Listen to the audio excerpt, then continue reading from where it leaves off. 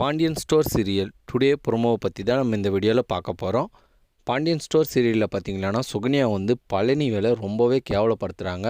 போய் இந்த பாண்டியன்கிட்ட 300 ரூபா ஓவா கஞ்ச பிஸ்னாரி காசை வாங்கின்னு வந்துட்டு என்னை சினிமாவுக்கு கூப்பிட்டு போகிறீங்க, அதில் பாப்கார்ன் கூட வராது, இந்த காசை வச்சுட்டு நீங்களும் என்னை வந்து சினிமா கூப்பிட்டு வந்திருக்கீங்க, உங்கள்கிட்ட காசு இல்லைன்னா என்கிட்ட சொல்லியிருந்தா நான் உங்கள் அண்ணாக்கிட்டேனா வாங்கிட்டு வந்திருப்பேனே அப்படின்றாங்க.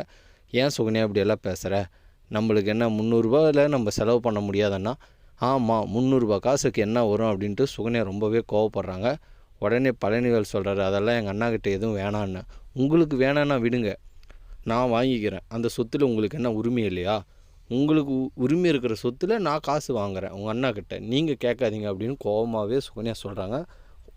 இதை கேட்டுட்டு பழனிவேல் இன்னுமே பேச முடியாத அவர் அமைதியாகவே நிற்கிறாரு. வரப்போகிற எபிசோடில் எந்த மாதிரியான பிரச்சனைகள் எல்லாம் இன்னும் பாண்டியன் ஸ்டோரில் வருதுன்றதை வரப்போகிற எபிசோடில் பொறுத்திருந்து பார்க்கலாம்.